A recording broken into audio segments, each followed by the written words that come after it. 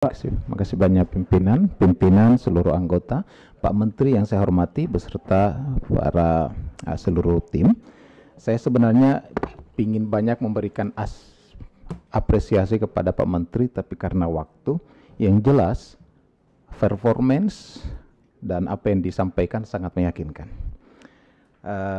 Dan Pak Menteri juga punya pengalaman di daerah, pernah menjadi bupati 2 periode.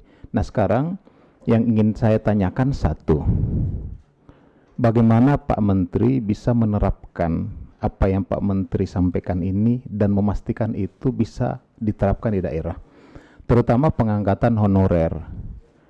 Kita tahu tentu bupati juga punya kebijakan, walaupun sebenarnya honorer itu tidak dibutuhkan karena pegawai-pegawai daerah itu sudah lebih dari cukup, tapi karena ada kepentingan politik tentu dia harus mengangkat. Walaupun sebenarnya di pusat juga itu terjadi, ada pengangkatan karena balas budi. Tapi kalau di pusat itu kan memang posisinya sudah ada. Kalau di daerah itu baru diadakan dan akan menggerus APBD. Sehingga ada sebagian daerah yang justru belanja pegawainya justru jauh lebih besar daripada belanja langsung. Nah, Pak Menteri dulu jadi bupati pernah punya kebijakan yang sangat bagus. Nah, bagaimana sekarang menjadi menteri, bagaimana kebijakan itu bisa dipastikan menjadi sebuah undang-undang, menjadi sebuah aturan yang dipaksakan ke daerah. Itu satu. Yang kedua, Pak Menteri, ini honorer kita ada 2,3 juta. Mohon diluruskan kalau salah. Yang akan diangkat pada tahun ini adalah 572 kalau tidak salah ya.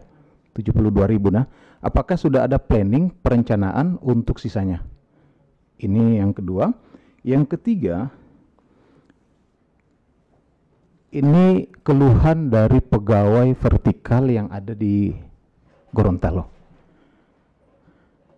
Pemangkasan atau penghilangan eselon itu sangat bagus karena memang merampingkan dan sebagainya. Tapi ada keluhan orang-orang dari pusat yang ditempatkan di daerah, tapi di sana ternyata tidak ada promosi jabatan. Itu mereka tidak ada motivasi untuk ke daerah. Mereka penempatan ke daerah itu salah satu motivasinya meninggalkan keluarga, meninggalkan itu karena salah satunya adalah promosi. Nah, setelah penghilangan eselon dan eselon semakin kurang, itu mereka tidak termotivasi. Nah, apakah ada kebijakan untuk mengantisipasi hal-hal yang seperti ini? Dan yang terakhir, kebijakan para tersangka ASN yang melakukan korupsi yang tidak bisa mengambil pensiun dini, itu kan ada kebijakannya. Sedangkan mereka pada dasarnya kan masih asas praduga tak bersalah. Nah, kami mengharapkan kebijakan ini dirubah sehingga para ASN yang masih dalam proses tersangka tersebut hak-haknya untuk melakukan pensiun dini, mengambil pensiun dini itu tetap diberikan, karena pada dasarnya mereka belum bersalah sebelum ditetapkan bersalah, dan sebelum mereka bersalah kan seharusnya hak-hak mereka itu harus diberikan gitu.